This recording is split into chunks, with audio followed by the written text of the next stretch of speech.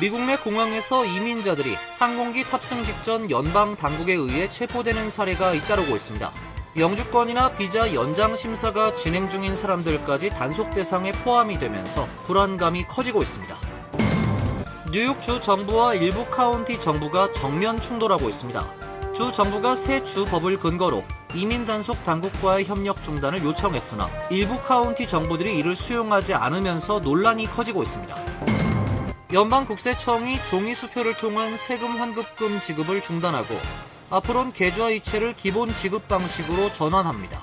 은행 계좌 정보를 제출하지 않은 납세자는 환급금 지급이 보류될 수 있어 주의가 요구되고 있습니다. 중서부의 대표적인 경합주인 위스콘신에서 민주당 주지사 후보에 도전하고 있는 한인 여성 후보가 파격적인 공약으로 지지율 1위를 달리면서 정가의 주목을 받고 있습니다. 환각 상태에서 여성 2명을 무차별 폭행한 한인 대학생에게 법원이 $10,000가 넘는 배상금을 지급하라고 명령했습니다. 이상은 오늘의 주요 뉴스입니다. 시청자 여러분 안녕하십니까? KBN 뉴스입니다. 미국 내 공항에서 항공기에 탑승하기 직전에 연방 당국에 의해 이민자들이 체포되는 사례가 잇따르고 있습니다. 영주권이나 비자 연장 심사가 진행 중인 사람들까지 단속 대상에 포함이 되면서 우려의 목소리가 커지고 있습니다. 뉴욕타임스는 어제 국토안보부 문서와 이민 전문 변호사들의 증언을 토대로 최근 몇 주 사이 미국 내 최소 15개 공항에서 사복 차림의 IC 요원들이 체크인 카운터와 탑승구 등에서 여행객을 체포하는 사례가 잇따르고 있다고 보도했습니다. 보도에 따르면 이번 단속은 기존 추방명령 대상자뿐 아니라 비자 체류 기간을 초과한 외국인까지 확대된 것으로 보입니다. 최근 공항에서 구금된 12개국 이상 출신 25명 이상의 사례를 확인했다고 전했습니다. 매년 수십만 명이 비자 체류 기간을 초과하고 있지만 상당수는 비자 연장이나 영주권 신청을 진행하면서 취업 허가를 받은 상태로 미국에 체류합니다. 과거에는 범죄를 저지르지 않은 경우 이들이 우선적인 추방 대상이 되는 경우는 드물었지만 트럼프 행정부 들어 대규모 불체자 추방 정책이 추진되면서 단속 기조가 크게 강화됐습니다. DHS 대변인은 성명을 통해 불체 외국인이 자진 출국을 위해 떠나는 경우를 제외하고는 더 이상 항공기를 이용하지 못하도록 하고 있다고 밝혔습니다. 다만 공항 단속 프로그램이 실제로 확대됐는지에 대해서는 확인을 하지 않았으며 새로운 정책에 따라 공항에서 체포된 인원도 공개하지 않았습니다. 이민 변호사들은 취업비자 연장을 기다리고 있는 엔지니어, 시민권자와 결혼해 영주권 절차를 밟고 있는 신혼부부 등 다양한 사람들이 공항에서 구금되고 있다고 전했습니다. 이민 변호사들은 TSA와 ICE 간 정보 공유 확대가 이번 단속의 배경이라고 지적했습니다. 예전엔 신분증만 있으면 국내선 여행이 가능했지만 이제는 체류 신분 변경 절차가 진행 중이라면 국내 여행 자체를 피하라고 권고하고 있습니다. 뉴욕 주 정부와 일부 카운티 정부가 연방 이민 단속 기관과의 협력 중단 여부를 놓고 정면 충돌을 하고 있는데요. 주 정부가 새 주 법을 근거로 ICE와의 협력 중단을 요청했으나 일부 카운티 정부들이 이를 수용하지 않으면서 논란이 커지고 있습니다. 레티샤 제임스 뉴욕주 검찰총장은 최근 주 내 12개 카운티 정부에 ICE와 맺은 협력 협약을 다음 달 25일까지 종료할 것을 공식 통보했습니다. 이번 조치는 지난 5월 캐시 호컬 뉴욕 주지사가 서명해 발효된 로컬 법 집행기관의 연방 이민 단속 참여 금지법에 따른 것입니다. 로컬 법 집행기관이 이민 단속에 직접 참여하는 287 협약을 ICE와 체결하지 못하도록 하는 등 이민 단속 협력을 원천 차단하는 조항을 담고 있습니다. 그러나 일부 카운티와 셰리프국이 주 정부의 이 같은 방침에 반발하고 있습니다. 스티브 맥러플린 랜셀러 카운티장은 우린 주 정부의 지시를 따르지 않을 것이라며 불복을 공개 선언했습니다. 토드 후드 메디슨 카운티 셰리프 역시 지방정부의 새로운 법안이 이민 단속을 위한 ICE와의 실질적인 협력을 막지 못할 것이라고 반대 입장을 명확히 했습니다. 제임스 알라드 스튜벤 카운티 셰리프 또한 연방 이민 당국과의 긴밀한 공조야말로 지역사회 전체 안전을 증진하는 핵심 요인이라며 반발했습니다. 제임스 뉴욕주 검찰총장은 12개 카운티 정부에 보낸 서한에서 ICE와의 협력을 계속하는 지방경찰 당국과 셰리프국을 상대로 법적 조치를 취할 수 있다고 경고한 상태입니다. 호컬 주지사 측도 카운티 정부는 주 법을 선택적으로 따를 수 없다며 법을 준수하지 않으면 책임을 져야 할 것이라고 강경 입장을 보였습니다. 미국에 거주하는 멕시코 출신 이민자 수가 전체 이민자의 22%를 차지하고 있다고 하는데요. 현재 멕시코 출신 불체자 규모는 550만 명으로 전체 불체자의 40%에 달한다고 조사됐습니다. 멕시코 일간 라우르 나다가 미국 이민정책연구소의 인구통계 분석 보고서를 인용해 보도한 내용에 따르면 멕시코 현지에서 태어나 미국에 건너간 이민자는 약 1110만 명에 달합니다. 미국 전체 이민자 5020만 명의 22%에 해당하는 규모입니다. 멕시코 이민자의 정착 기간은 길어지는 추세입니다. 전체의 60% 이상이 미국에 20년 이상 거주한 장기 체류자로 집계됐습니다. 그러나 이들의 사회 경제적 여건은 상대적으로 열악한 것으로 조사됐습니다. 멕시코 출신 이민자는 타국 출신 이민자들보다 영어 구사 능력이 낮고 미국 시민권을 취득한 비율도 떨어졌습니다. 소득 수준 역시 대체로 낮아 2024년 기준 멕시코 이민자 가구의 평균 소득은 68,700달러로 미국 내 전체 이민자 가구 평균을 밑돌았습니다. 직종별로는 전체의 절반 이상이 서비스업, 건설업, 정비 유지 보수, 자원 개발 등 저임금 육체 노동 분야에 종사했습니다. 멕시코는 불체자 최대 출신국이란 꼬리표도 유지했습니다. 2023년 기준 미국 내 멕시코 출신 불체자 수는 약 550만 명으로 단일 국가 기준 압도적인 1위입니다. 멕시코 출생 이민자의 절반 이상이 캘리포니아주와 텍사스주에 집중됐으며 일리노이주, 애리조나주, 플로리다주 등이 뒤를 이었습니다. 연방국세청이 종이수표를 통한 세금 환급금 지급을 중단하고 앞으로는 계좌이체를 기본 지급 방식으로 바꿉니다. 계좌 정보를 제출하지 않은 납세자는 지급이 보류될 수 있기 때문에 주의가 요구되고 있습니다. 연방국세청이 개인 납세자에게 우편으로 환급수표를 보내는 방식이 사실상 폐지됩니다. 앞으로 세금 보고 시 은행 계좌와 라우팅 번호를 제출하지 않거나 등록된 계좌 정보가 잘못된 경우 IRS는 환급금을 즉시 지급하지 않고 CP532 통지서를 발송합니다. 통지서를 받은 납세자는 30일 이내에 IRS 온라인 계정을 통해 정확한 계좌 정보를 입력해야 합니다. IRS는 전화나 오프라인 사무소에선 계좌 정보를 수정해주지 않으며 온라인 시스템만 이용할 수 있다고 밝혔습니다. IRS사나 납세자 보호국은 계좌 정보를 미리 등록한 납세자는 기존과 같은 일정의 환급금을 받을 수 있지만 CP532 통지서를 받은 경우에는 최소 30일 이상 지급이 지연될 가능성이 크다고 밝혔습니다. 또한 IRS는 문자 메시지나 이메일, 전화로 계좌 정보를 요구하지 않는다고 강조했습니다. 이러한 연락은 금융사기일 가능성이 높으며 계좌 정보 수정은 반드시 IRS 공식 온라인 계정을 통해서만 해야 한다고 당부했습니다. 다만 전자지급 이용이 어려운 일부 취약계층이나 특별한 사유가 인정되는 경우에는 제한적으로 종이수표 발급이 가능하지만 별도의 신청과 증빙이 필요하며 처리기간도 이전보다 길어질 전망입니다. 중서부의 대표적인 경합주인 위스콘신에서 민주당 주지사 후보에 도전하고 있는 한인 여성 후보가 파격적인 공약으로 지지율 1위를 달리면서 정가의 주목을 받고 있습니다. 월스트리트저널은 어제 오는 8월 11일 진행되는 위스콘신 주지사 예비선거에 출마한 한인 프란체스카 홍 주 하원 의원을 집중 조명했습니다. 한인 2세인 홍 후보는 2020년 위스콘신주 역사상 첫 아시아계 주 하원 의원으로 당선됐습니다.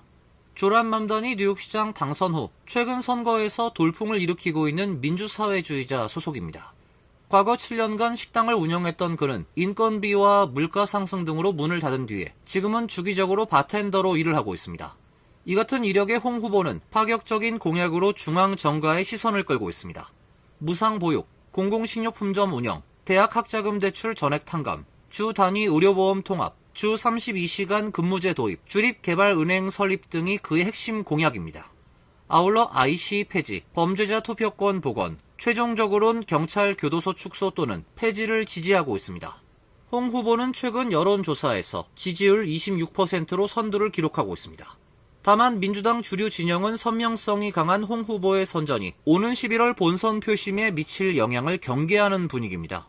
WSJ도 홍 후보의 본선 경쟁력에 대한 우려가 제기되고 있다며 민주당 내 분열과 혼란을 보여준다고 짚었습니다. 홍 후보는 WSJ와의 인터뷰에서 자신을 이번 경선 후보 중 유일한 임금 노동자이자 한국 이민자 가정의 딸, 싱글맘, 세입자라고 소개했습니다. 유권자들은 노동자 계층의 비용 부담을 줄이고 특권 엘리트층에 집중된 돈과 통제력을 분산시킬 대담하고 합리적인 해결책을 받아들일 준비가 됐다며 당선 가능성에 대한 당내 우려를 일축했습니다.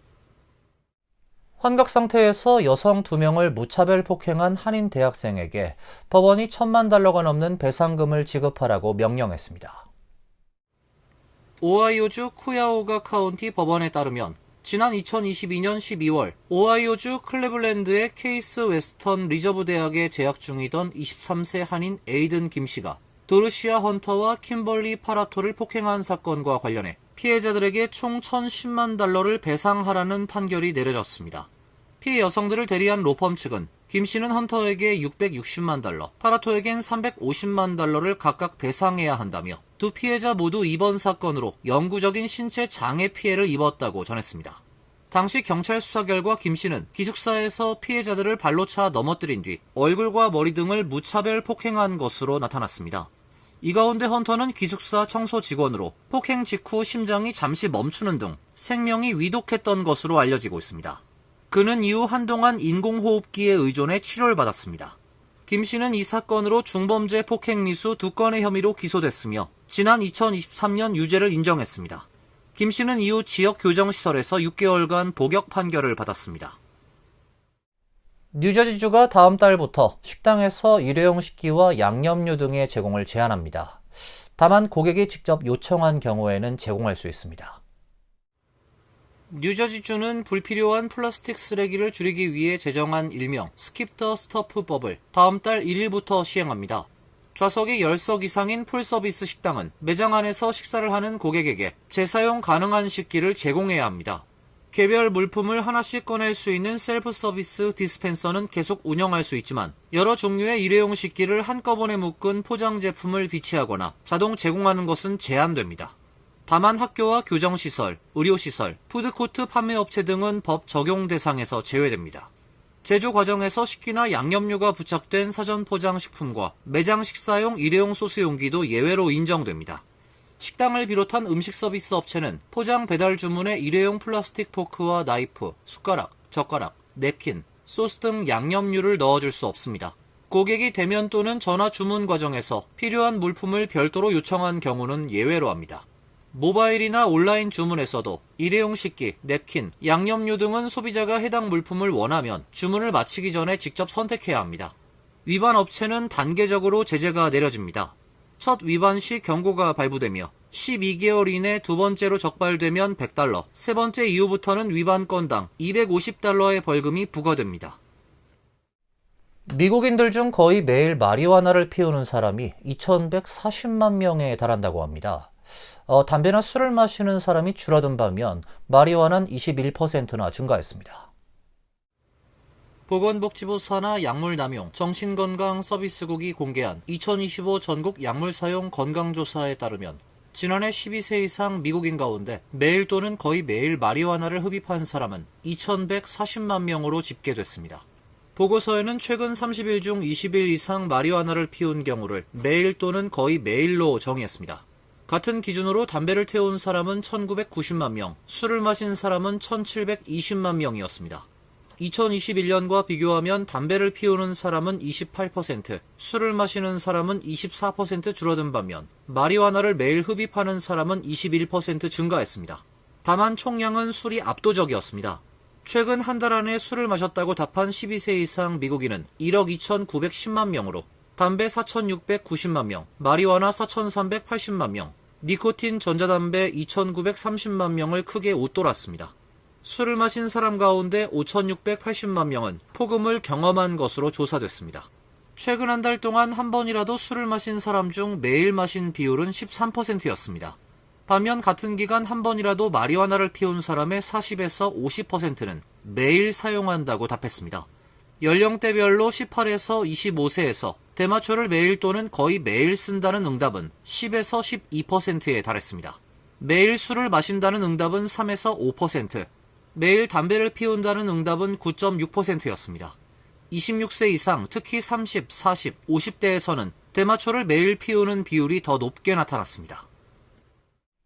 이어서 간추린 소식입니다. 북한 전문 매체 NK뉴스에 따르면 유엔 대표부는 어제 유엔 안전보장이사회 산하 대북제재위원회에 북한 관련 선박 7척을 제재 대상으로 지정해달라고 요청했습니다. 미국은 이들 선박이 지난해 12월부터 올해 4월 사이 북한산 석탄과 철광석 등을 해외로 운반했고 일부는 선박 자동 식별 장치를 조작하거나 다른 선박으로 위장하는 방식으로 제재를 회피했다고 주장했습니다. 미국은 이 같은 활동이 북한의 핵 탄도미사일 개발 자금 조달에 기여했다면서 해당 선박에 대해 선박 등록을 말소하고 각국 항만 입항을 금지해야 한다고 요구했습니다. 이번 조치는 지난해 12월 미국이 처음으로 북한 제재 위반 선박 7척에 대한 제재 지정을 요청한 데 이어 두 번째입니다. 연방 하원에서 한국전 정전협정 73주년을 맞아 한국전 참전용사들의 희생을 기리는 결의안이 초당적으로 발의됐습니다. 결의안은 한국전은 많은 미국인에게 잊힌 전쟁이 됐다며 한국전에 참여한 많은 장병은 1, 2차 세계대전의 영웅들이 받았던 환영과 예우를 받지 못한 채 귀국했다고 지적했습니다. 또 한국전에서 미군 36,574명이 전사하고 10만 3,284명이 부상당한 사실을 언급했습니다. 결의안은 한국전 참전 용사뿐 아니라 정전협정 체결 이후 정전체제 유지 과정에서 목숨을 잃은 장병들도 한국 방위 참전 용사로 지칭하며 함께 기렸습니다. 올해로 25회를 맞는 뉴저지 추석맞이 대잔치가 오는 9월 25에서 26일 양일간 리치 필드팍 소재 뉴 오버팩 공원에서 펼쳐집니다. 뉴저지 한인회는 지난 24일 뉴저지 한인회관에서 추석잔치 준비 모임을 열고 행사 준비에 본격 돌입했습니다. 이날 회의에는 세탁협회, 내일협회, 체육회, 경제인협회 등도 함께하고 협력 방안을 논의했습니다. 뉴저지 한인회 송미숙 회장은 올해 추석잔치가 그 어느 때보다 성공적으로 열릴 수 있도록 최선을 다하고 있다며 한인사회를 넘어 타민족들도 인정을 하는 뉴저지 대표 축제가 되도록 노력하겠다고 밝혔습니다. 맨해튼 펜스테이션과 롱아일랜드 최동단 몬탁을 잇는 LIRR 직통 노선이 앞으로 계절에 상관없이 연중 상시 운행됩니다. 이번 조치로 평소 자메이카역 등에서 환승을 해야 했던 승객들의 불편이 대폭 해소될 전망입니다. 로프리 LIRR 회장은 몬탁역으로 향하는 롱아일랜드 남쪽 구간 선로가 약 60마일에 달하는 단선 구간으로 이루어져 있어 열차 증편이나 노선 확대가 오랫동안 기술적으로 어려운 상황이었다고 설명했습니다. 프리 회장은 그러나 최근 인프라 개선 사업을 통해 햄튼 베이 지역의 두 번째 승강장이 추가로 설치가 되면서 돌파구가 마련됐다고 덧붙였습니다. 환율과 증권 소식입니다.